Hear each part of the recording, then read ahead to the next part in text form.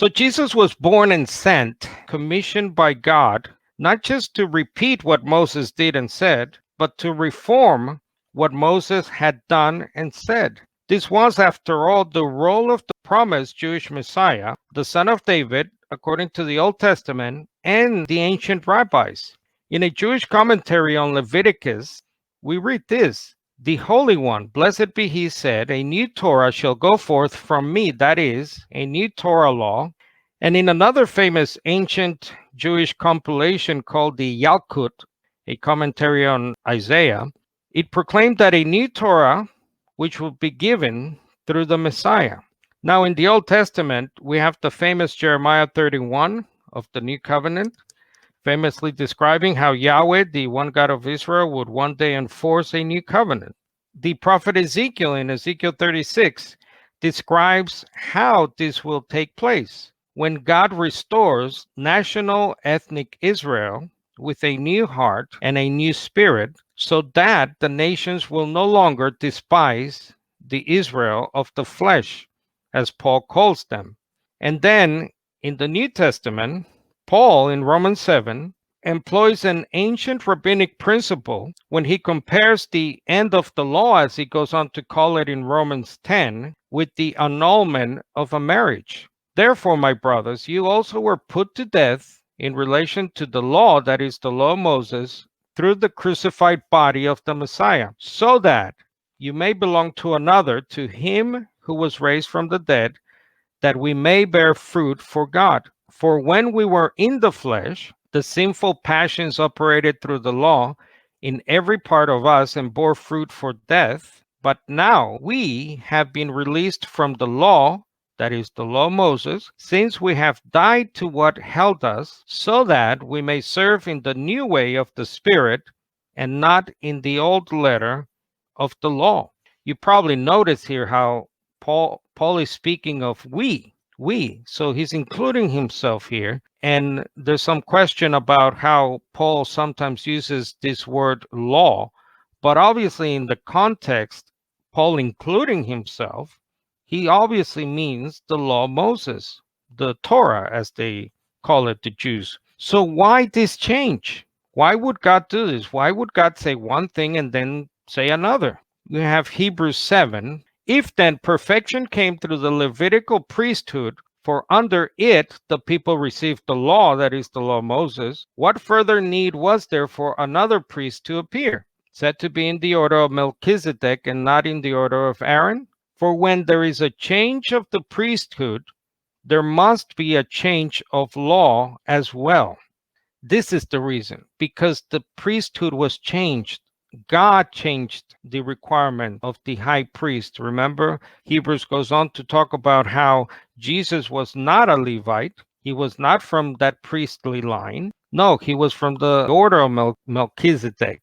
Now, present day unbelieving Jews will say, well, that makes him illegitimate. This is one of the reasons why present day Jews do not believe Jesus is the promised Messiah.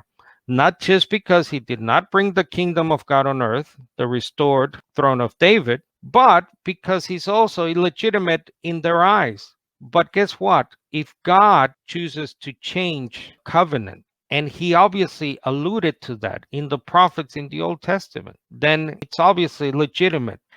The Cambridge Bible for Schools and Colleges comments that the law and the priesthood were so inextricably united that the priesthood could not be altered without disintegrating the whole complex structure of the law, that is the Torah.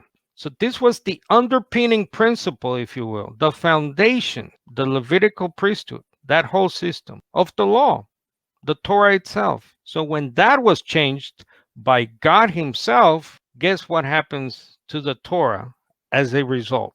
And it goes on to say, Hebrews 7, describing how the Messiah would be a priest forever after the order of Melchizedek, not the order of the Levites. Verses 18 and 19, the Old Testament priesthood was weak and ineffective. And it goes on to talk about how the new covenant was to provide a better hope, verse 19, because it's a better covenant, verse 22. Remember, Paul also goes on to explain that The purpose of the law, the Torah, as the Jews call it, was to point to a better law. The whole system of the priesthood was to point to a better priest, a forever priest, a holy priest in a very absolute sense of the word holy. Jesus said that he did not come to completely abolish, that is, set aside the law, but to fulfill it, to give the law its full and complete meaning and understanding. And I think the New Living Translation, which is a paraphrase of the scriptures, captures this sense of Matthew 5:17. Don't misunderstand what I have come to do, Jesus said. I did not come to abolish the law of Moses or the writings of the prophets. No, I came to accomplish their purpose.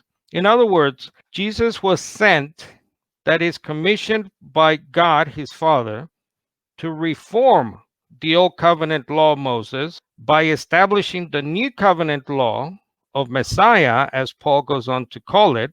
And the ancient rabbis understood this. They spoke about it as well. So he did not come to leave us lawless, Jesus. Of course we're not. Any Christian who says, well, you guys are lawless, you guys are liberal Christians, or however they want to misrepresent you. No, no, no. Show them what Jesus actually said and to give us this new covenant law, as I call it. So that now all covenant laws regarding lethal violence, loving your enemy, etc., have in some cases been revised, in other cases expanded, yet in other cases made tougher by Jesus. Now, this signaled the move towards this new covenant law. For example, when it had to do with penal punishment or loving your enemies, it pointed towards a total non-lethal violence approach that was in part, by the way, again prophesied by people like Isaiah. In Isaiah 2:4, the Lord will mediate between nations, will settle international disputes. They will hammer their swords into plowshares, their spears into pruning hooks. Nation will no longer fight against nation, nor train for war anymore. This is obviously in the setting of the Messianic kingdom when it comes, the day of the Lord. But obviously, this also has implications in terms of how followers of Christ, his church, are to live their lives now, awaiting that peaceful kingdom. Note also how King Solomon himself was a type of the Messianic king when he's described in 1 Chronicles 22 as a peaceful man of rest. This is in stark contrast to his father David, who could not build the temple of God because it is said he had shed much blood and he waged great wars, even though they were all God ordained, by the way. But nonetheless, these are interesting types of people who might be pointing to that messianic king who is obviously Jesus of Nazareth. Now, Jesus expected his Jewish listeners, especially his closest associates, the apostles, not just to start teaching, but living and practicing his teachings during his lifetime, not just after the cross. Regardless of whether or not the apostles were able to fully understand some of the teachings of Jesus regarding the new covenant law that he was already not just teaching, but expecting people to obey. Now, this is why later God had to raise up a 13th apostle, as Paul sometimes is called, to explain to the other apostles things having to do with the Jewish calendar, Colossians 2, Galatians 4, Romans 14. Now these are shadows, he says, but the real substance is the Messiah. Other things to do with the food laws in Romans 14, where Paul there teaches that strong Christians, that is, Christians who have been convinced in their minds, like Paul has in Romans 14:14 and 20, that all foods are clean. So those strong Christians are supposed to help weak Christians. And then the all-important circumcision, which was the sign of the covenant itself. And Paul now says in sections like Romans 2, Galatians 5 and 6, that the new covenant sign of the heart, not the flesh, now supposed to be enforced.